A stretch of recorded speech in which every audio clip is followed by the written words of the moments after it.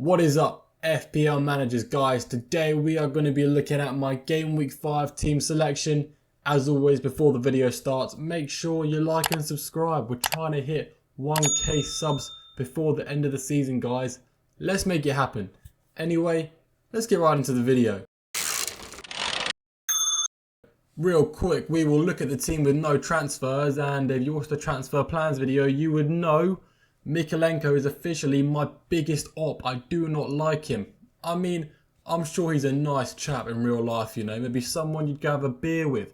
But for now, in FPL terms, I do not like him at all. And I bet you all right now, the game week I sell him, he's going to bag a 15-pointer out of nowhere. Anyway, enough on that skinhead. Let's have a look at who I brought in. Now guys, some of you are going to laugh at the player I brought in because you don't simply believe in the vision, but I will convert you soon enough. Looking here, we had enough money in the bank to sell Mykolenko and bring in Gabriel ahead of Man City away. Now let me explain that real quick, okay guys? I have a theory, you see. Last season, Man City versus Arsenal, across both games in the Prem, only one goal was scored. And Arsenal have the best away record defensively in 2024 in the Premier League. They have not been trailing a game at all. Okay, they've not even been one goal down, let alone lost a game. So yeah, I don't know whether it's delusion or IQ, but either way, I am going into Game Week 5 with double Arsenal defence against Man City away from home, which I have more hope for than most people ever would. But the main reason I am bringing in Gabriel is because of Game Week 6 and Game Week 7, in which he faces Leicester and Southampton at home. Don't want to jinx it, but it's two guaranteed clean sheets, guys. Let's be honest, it's the Arsenal defence. And after that, they play Bournemouth. Maybe we're looking at another clean sheet right there. Pulling up the Gabriel stats now, guys.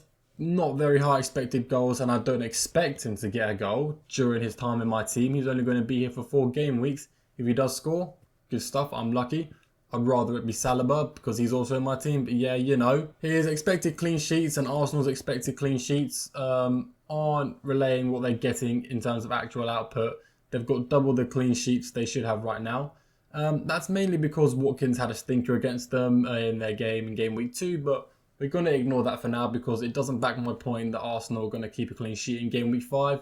I'm just going to keep going along with my agenda, the fact that it's going to be either a 0-0 or a 1-0 game. And you know that very well could be 1-0 to Man City, but if that's the case, I get my Gavardio clean sheet points. Guys, I'm 100% certain there's going to be less than 2 goals in that game. You know, I should place money on it, you know. But yeah, guys, that is the transfer I made. So let's look at the team again and go in depth as to why this game week is going to be good. Now, looking at the team on paper, it's worse than a lot of Game Week 5 teams you've probably all seen.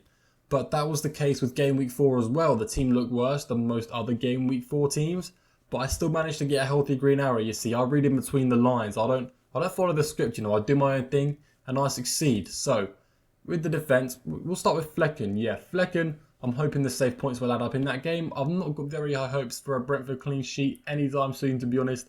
I wish I picked a different goalkeeper, but if I did, it would have been Dean Henderson, who has also been very stinky. In that defence, my theory is there's going to be at least 1 to 3 clean sheets there. Hopefully not 0. If I get at least 1, I don't care who it's from, I'll be happy. But I'm really hoping for at least 2, you know. Hoping Arsenal don't concede. You know, either way, maybe Gavardio could even get his goal involvement that he's been needing to get for me because he's not justifying his 6 million price tag at all right now. But yeah, we're seeing a lot of red in the defence and the goalkeeper position. But guys, the fixtures do get better, and like I said, the fixtures this week are not as bad as they look. And I'm going to be the biggest I told you so guy ever if Arsenal do keep a clean sheet in Game Week 5. On to the better players in the team now. Well, not better, but you know, the players with the better fixtures. We're looking at Morgan Rogers, who hasn't been great recently in FPL, but he's been great on the pitch, so he's definitely going to be starting. Hopefully, he can finally get his return. He's been close a few times. He's been dodging the points recently like Eze and Bruno. But hopefully, he's going to be in his returns playing home to Wolves. It's a pretty good game because Wolves haven't been great this season. To be fair to Wolves, they have played like hard game after hard game. They've not had a single easy game, so I feel bad for them. Also playing against Wolves, we've got Ollie Watkins. Now, guys, Ollie Watkins is just like a ketchup bottle. Sure, at first nothing comes out, but as soon as it starts coming out, it's not going to stop. Now, he blanked for the first 3 game weeks, which, you know, I didn't mind too much because I only owned him for game week 3 and onwards. And he's just scored a brace, which means the goals are going to start coming non-stop, especially while he's still got this insanely good fixture run, guys. I mean, come on. Back to that midfield, we've got Eze, who's not been great recently either, but playing home to Man United is far from a hard game. In fact, I probably should have given it a green fixture, but on paper it's a grey fixture, so I gave it a grey fixture. Now, Man United away from home aren't great, but they are going to be coming in with confidence after they battered Barnsley 7-0. Even though they're a League One team, confidence is confidence, guys. But yeah, Eze does need to pattern up. He's still got a few good games left, and if he doesn't start performing, I'm going to have to sell him, guys. There's a few players that really need to up their game.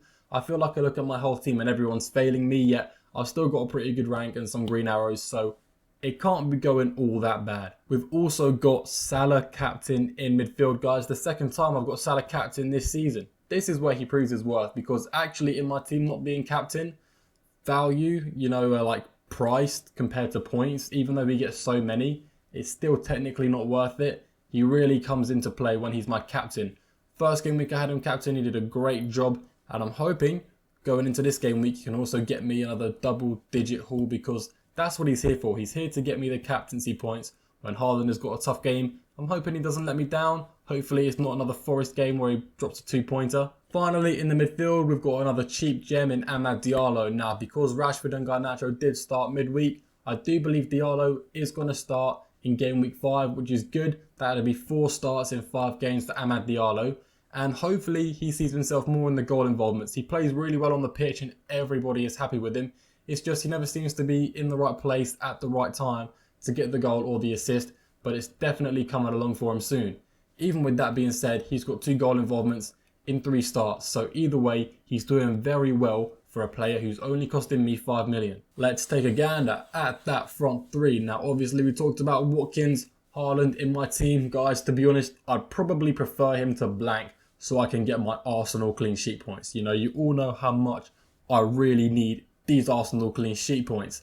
Now, if City do score, I really do hope it's Haaland or even Gvardiol.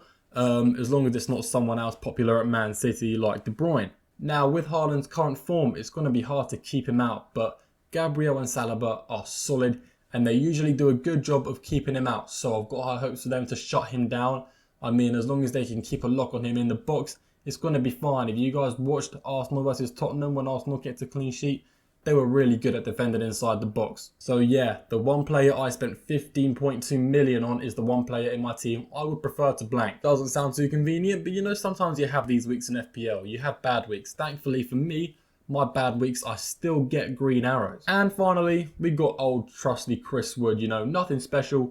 If he bags a goal, nice. It's probably going to turn into 9 points because Forest play in low scoring games. If he doesn't score, it's okay, I forgive him. He's already got me 2 9-pointers in 4 games. All Nottingham Forest need anyway is a corner or a direct free kick, and Chris Wood, being the lanky guy that he is, just bangs in a header like that. It's no problem. So yeah, I've got decent hopes for Chris Wood. And yeah, Semenyo has been cut to the bench this game because playing away to Liverpool is not an easy fixture. He could still score. He's been quite consistent this season, but I'm hoping I'm hoping he does well, because, you know, if he fails this game week, he's blanked 2 game weeks in a row, and he may be a player that's going to start to dip in form. So even though he's on my bench, I would still like to see Semenyo doing well. You know, I like to see all my bros winning. That's the type of person I am. Anyway, guys, let me know what you all think of the team. Have I made the right choice here, bringing in a defender playing away to Man City, or am I an absolute doofus? I could have brought in Andy Robertson, but number 1, I don't like Liverpool, and number 2, I do think in the long run, or in my team specifically, for those next 4 game weeks, Gabriel has the better run of fixtures, because I think he gets at least 3 clean sheets in the next 4. Once again, I'm jinxing myself way too much, so I'm going to stop now. But yeah, guys, if you did make it this far, thank you very much for watching. You are always greatly appreciated. And yeah, guys, I will see you after I get a green arrow in game week 5.